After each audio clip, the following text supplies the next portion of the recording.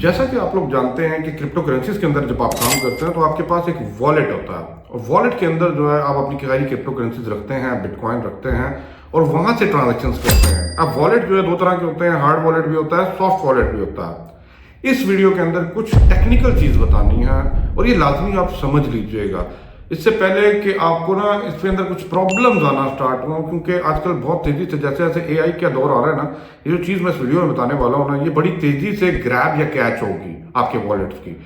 तो मुझे तो पहले ये बताएं कि आप किस किस ब्रोकर के साथ काम कर रहे हैं, आप बाइनेंस में कर रहे हैं, किस चीज के अंदर आप ट्रेड कर रहे हैं, कौन से कॉइन्स के अंदर ट्रेड कर रहे हैं, लाजमी मुझे बताइएगा क्योंकि इसके ऊपर भी अपकमिंग वीडियोस हम बनाने वाले हैं। What is seed phrase and gas fees in crypto currencies. अब सीड फेज क्या है और गैस फीस क्या होती है, बहुत से लोग जो इसके अंदर काम कर रहे हैं दे ऑलरेडी नो, तो आप लोगों को तो पता है, लेकिन बहुत से जो नए बिगनर्स आ रहे हैं उनको इस टर्म्स से वो कहते हैं ना मुतारिफ करवाना भाई मेरा फर्ज है, क्योंकि बैक टू बैक मुझे क्वेश्चंस आ रहे हैं, बैक टू बैक कमेंट इसके लिंक पे आ रहे हैं, तो मुझे बताना आपके लिए फर्ज है। अब सीड फ्रेज क्या होता है? सीड फ्रेज ये क्रिप्टो करेंसीज का collection of the random words होते हैं, कोड्स होते हैं जो 12, 18 और 24 वर्ड्स के ऊपर जो है ना डिपेंड करते हैं। 24 वर्ड्स होंगे। अब ये एक्चुअली क्यों किया जाता है? आपको पता है कि भाई ब्लॉकचेन, अगर आप डिजिटल वॉलेट्स की बात करते हो, सारा कुछ चल रहा होता है ब्लॉकचेन के ऊपर चल रहा होता है, कोडिंग होती है 100011। अब ये याद रखना तो मुश्किल हो सकता है एक ह्यूमन के लिए, ठीक है, मशीन तो इसके ऊपर काम कर रही है, लेकिन अगर ह्यूमन अंडरस्टैंड लैंग्वेज के लिए अगर बात की जाए ना तो इसको कहा जाता है सीड फ्रेज। आप इसको कोड बोल सकते हैं, आप इसको की बोल सकते हैं, डिफरेंट इसके नाम जो है ना मार्केट के अंदर होंगे। अब इसके फीचर्स क्या है? की फीचर ऑफ सीड फ्रेज होता क्या है? यह रिकवरी टूल है। जब भी आपका वॉलेट ओपन नहीं हो रहा या कहीं और ओपन करना है, कोई नहीं डफ है, डिवाइस के अंदर ऑन करना है, तो ये रिकवरी टूल के लिए काम करता है। यूनिवर्सल एक्सेस है, कहीं पे भी बैठ के किसी भी डिवाइस के ऊपर जब आपको ये कोड पता है you can easily access your wallet. इसके अलावा ये नॉन चेंजेबल है, एक दफा जब बन जाता है तो बन जाता है। इट मीन्स कि इसकी हाई सिक्योरिटीज आप अंडरस्टैंड कर सकते हैं और ये ऑफलाइन सिक्योरिटी प्रोवाइड करता है, ठीक है। ये स्टोर होता है और आपको ये फेस पता होना चाहिए अगर आपने एक्सेस लेना है अपने डिजिटल वॉलेट का।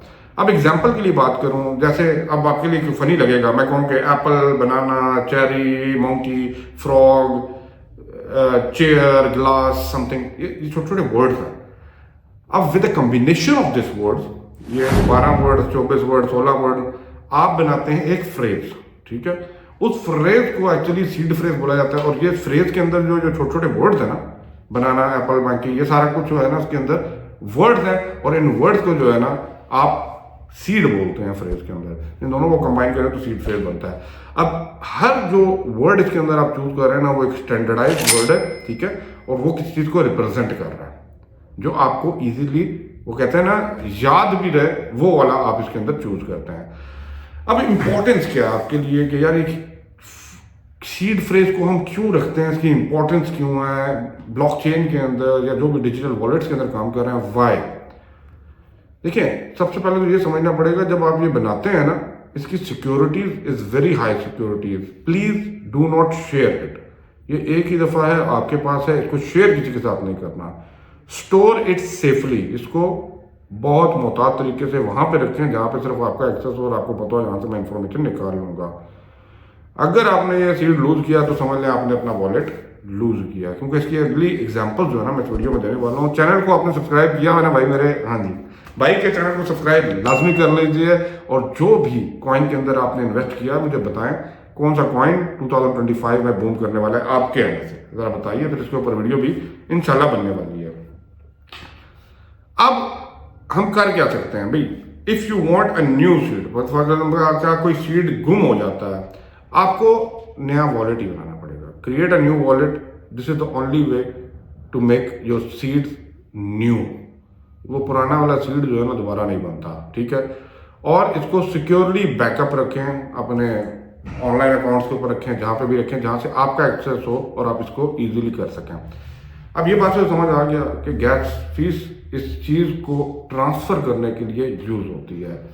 What are gas fees? अब आप लोग सोच रहे होंगे यार गैस केड़ी गैस ये वो वाली गैस नहीं, ये जो गैस है ना, इसके अंदर जब भी आप कोई ट्रांजेक्शन्स करते हैं, ठीक है, उसके ऊपर कुछ चार्ज होता है। फॉर एग्जांपल आपने पैसा दुबई से पाकिस्तान भेजा, पाकिस्तान से दुबई भेजा, बैंकिंग चैनल के थ्रू भेजा, एक फीस होती है जो हर चैनल वाला अपने काटता है। यही वो कहते हैं ना गैस फीस कहलाती है। Gas fees is the transaction fees paid by the crypto currency network validators.